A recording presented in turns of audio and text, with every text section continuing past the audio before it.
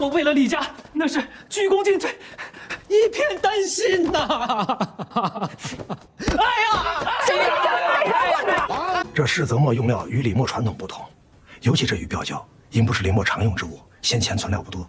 如今订单上来了，我寻思着得再备些。您说的对，如今这时间来不及，磨坊人手也不够。我听爷爷说，这玉标胶也是木工电器的常用之物，不如择1、2成熟稳当的胶源，向外采购一些玉标胶。您觉得如何？这样最稳妥呀。那就这么办了。好。春花姑姑，您怎么来了？姑姑，这是松萝茶，您尝尝。哎，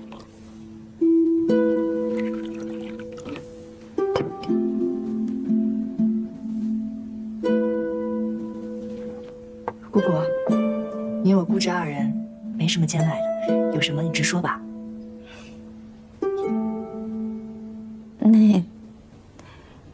德才他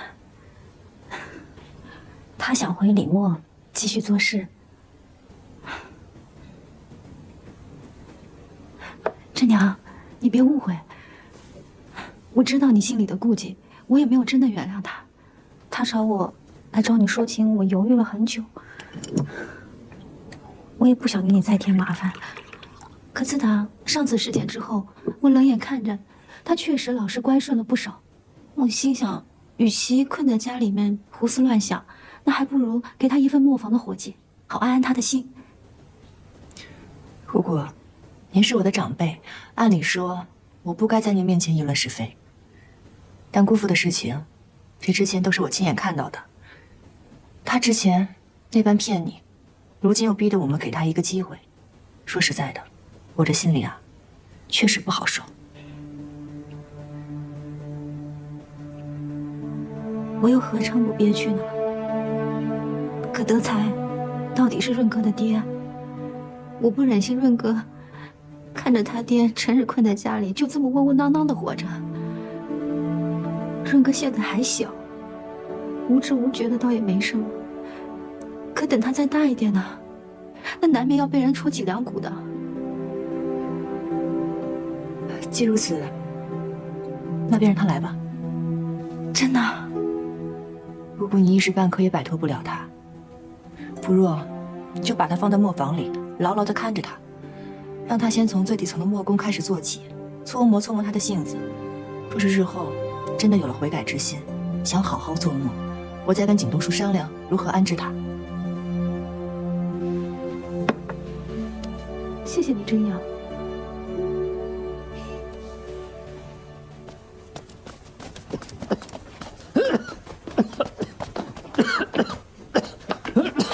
你初来磨坊，就从搓灯草开始做起吧。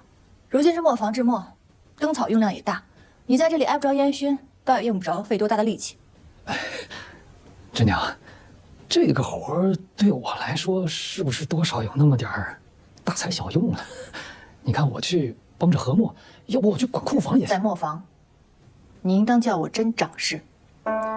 既然春花姑姑把你托给了我，那进了磨坊，一切都要按照我的规矩来才行。磨坊干活要耐得住性子，你在这里搓灯草，正好也把你贪心不足、左顾右盼的性子好好的磨一磨。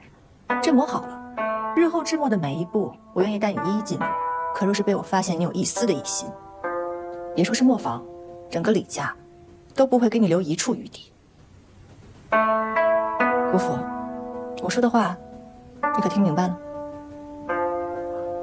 那这活儿你是干得了，还是干不了？干得了，当然干得了。真掌事教训的是，我李德才，若是再负春花，再有异心，我天打雷劈，我不得好死。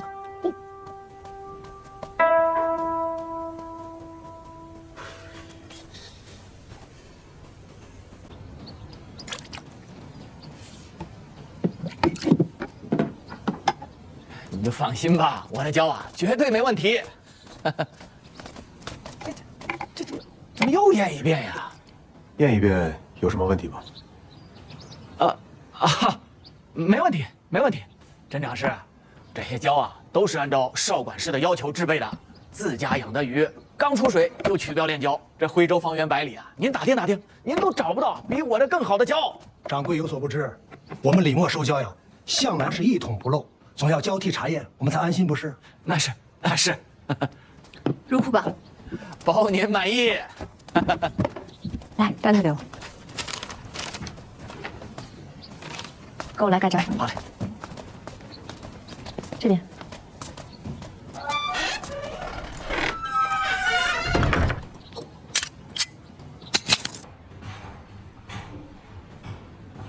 大家再加把子力气啊！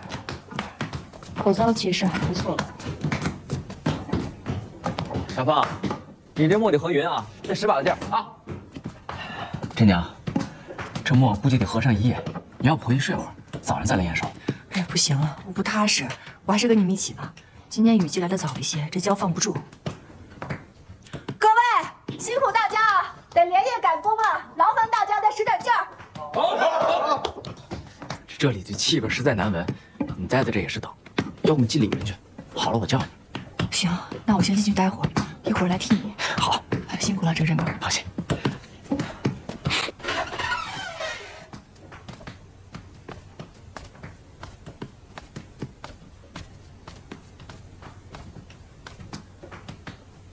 哎，你怎么来了？走。哎呦，哎，你看，我娘熬的，怎么让你送来了？我在来磨坊的路上碰到了伯母，她说一猜你今天晚上就会在磨坊熬夜，所以给你熬了鸡汤。我呢就自告奋勇说当一回跑腿卷，这不就给你拿来了。可是你怎么知道是你娘做的汤啊？我闻出来的。我娘熬汤就喜欢在里面放陈皮、黄芪，我从小喝到大的，一闻便知。哦，你这鼻子可是够灵的。我鼻子当然灵了，我们制墨世家，从小就要蒙着眼睛练习文墨、变墨。小的时候，正申哥跟我哥最讨厌练这个，但是我变得又特别的好。我总是在我爷爷和七祖母面前讨个好彩头。那个时候，只要我猜对一个，七祖母就会给我一块糖糕吃。我一开始是为了糖糕，才苦练我这鼻子的。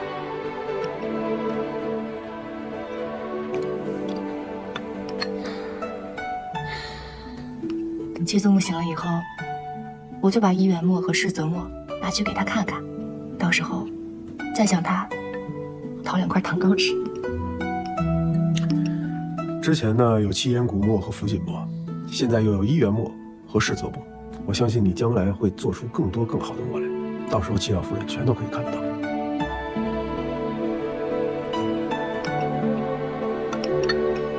说到制墨，那也巧了，你刚来徽州的时候，我才刚刚开始学制墨，直到现在我已经制出4块墨了。像那些老的制墨家，包括我爷爷在内，一生最多也不过是做出几块好墨。我能有这样的机缘，竟都跟你有关。哼，那你就得说，我的眼光天下独一份，投谁忘谁。也不知道是谁，因为顾墨一事把自己差事都弄丢了。哎，你还是好好跟着我，想想怎么咸鱼翻身吧。不过就算你以后官复原职，咱们还是可以一起做世泽墨的生意嘛。咱们把这世泽墨卖到京城去，若是能卖给哪个状元郎，那咱们可就赚大了。好，好，好，我就等着了。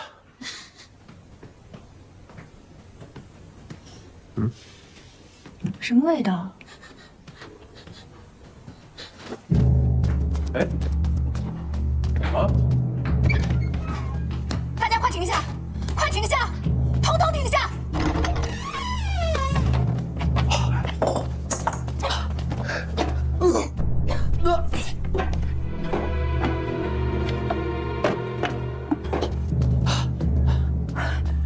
果然，这胶怎么全坏了？天娘，我看了，牛皮胶还好，就这鱼鳔胶，这玩意儿最怕受潮，是不是下雨弄的呀？这阵雨不碍事的，况且这些墙壁都混了防潮的花胶，纵使是地面反潮，一夜之间也不至于此。这些胶在进府前都是我跟邵管事一一查过的，怎么会突然变质了？这门锁也没有问题，我检查过了，没有被人破坏，而且上一次是我跟邵管事一起锁的。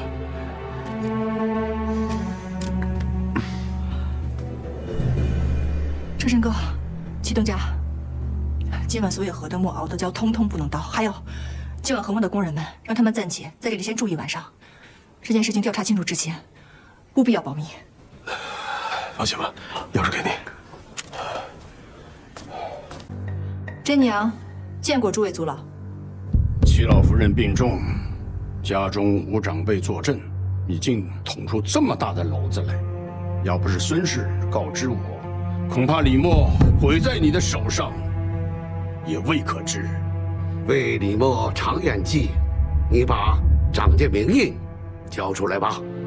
真娘刚刚来此，就受到族老们一顿数落，也容真娘为自己分辨几句。如今余交一事，我已查明，还请各位族老明断。狗儿，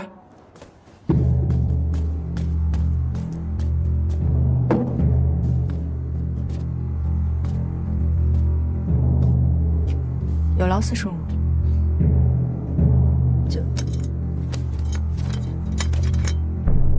多谢四叔母。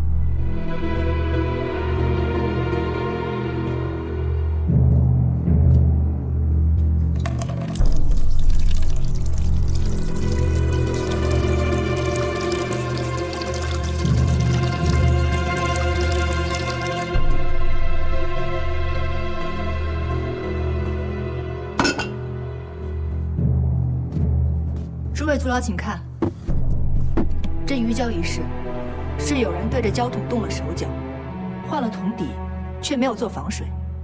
这几日接连下雨，桶底受潮，这才导致鱼胶腐坏。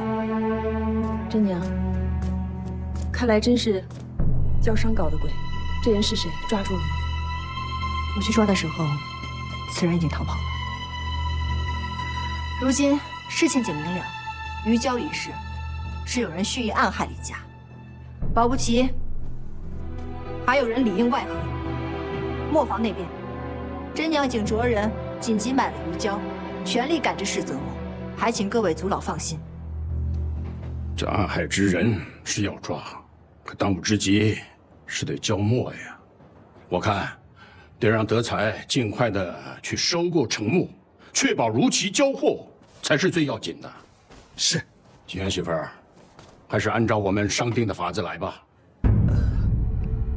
大伯娘，现在最重要的就是要交墨。真娘，不如你就先交出来。大伯娘，收墨无异于以朕职，可后患无穷。这长家名印，我是断不会交的。果不其然，这个李真真是有眼不进，冥顽不灵。苏老莫生气，李真年轻，他不知道事情轻重。我想他不愿意交出名印，是因为他信不过李德才。媳妇儿倒是有一个法子，不如让李真将名印交给大嫂，由大嫂和德才一同去收墨，既可以服众，也可以解了眼前的燃眉之急。正是啊，德才学墨也不过几日，况且又是入赘进了李家，真娘不信我也是正常。但是若大嫂能一同前去，此事定当更加稳妥呀。我觉得这法子可行。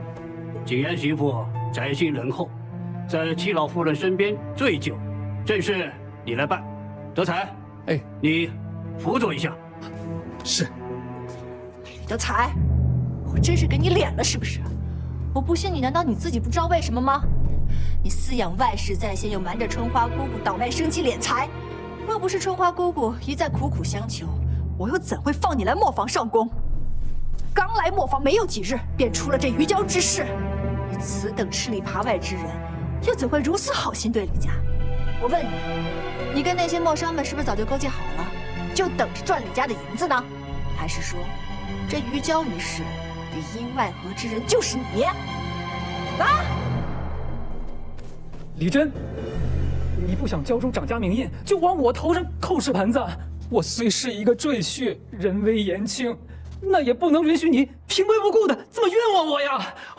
李德才，我为了李家，那是鞠躬尽瘁，一片丹心呐！哎呀！你在族老面前竟敢对长辈动粗！真娘，田江月，你这上蹿下跳的，别以为我不知道你想干什么。你今日不就想借祖老和大伯娘之手，逼我交出掌家名义，逼我离开李家吗？我告诉你，今时不同往日了，我不会随了你愿。若是被我查出这幕后之人有你一份儿，我定不会轻饶。真是狂妄之极！今日我们将根据祖宗的规矩，拟一份公议，即刻罢黜你的掌家之位。祖宗规矩？什么祖宗规矩啊？各位族老怕不是忘了，我们八房早已被除族。若是真计较起来，我李真压根就不是什么李家人，而你们也根本管不了我。岂有此理！这不是招回一个白脸狼吗？我若是白眼狼，那你们这些族老便是被猪油蒙了心。敢问各位族老，我帮李家复原出7眼古墨之时，被他们诬陷偷磨坊的时候，你们在哪儿啊？这磨坊被毁，我挽回墨商，重建磨坊之时，你们又在哪儿？宋恩肆虐，他田家强征宋财，是我李真想出了松之油，帮助李家度过了一次次难关。这桩桩件件，难道你们都忘了吗？出事之时，未曾见你们帮过李家一次，可如今不分青红，却偏袒这些小人。我告诉你们，这李家是七祖母亲手交给我的。除非七祖母她老人家醒了，亲自来拿，否则任凭谁也休想拿走这掌家名义。真是反了天了！来人，将这忤逆女拿下，这掌家的名义给我搜出来！我看谁敢！李氏全族已不再认这个掌家人了，你们怕什么？给我上！谁说不认他？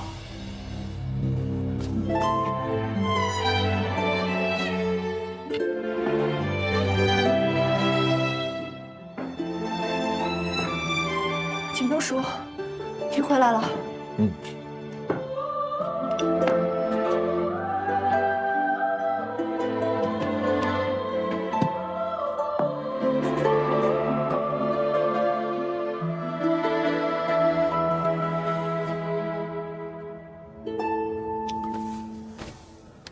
晚辈李景东有礼了。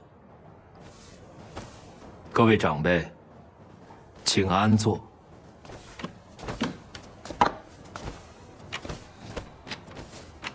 我李家6房长子李景东，在这儿和诸位长辈表个态。我侄女李珍，就是李家的掌家人，谁有不服，尽管来找我。三哥，你忘了你的腿了吗？李真一个被除族的人，你怎么能为他撑腰呢？是啊，他一个除了族的人，每天为李家殚精竭虑，几次挽救李家于水火。可你们呢？几次三番，使绊子，泼脏水。各位长辈，我侄女李珍，我可以一力担保，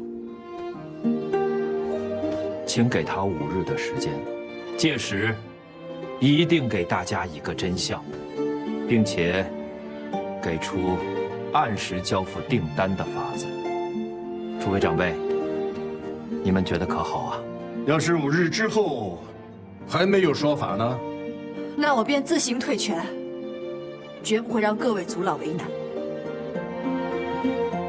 那好吧，今日之事就此作罢。5日之后再见分晓。各位长辈，慢走。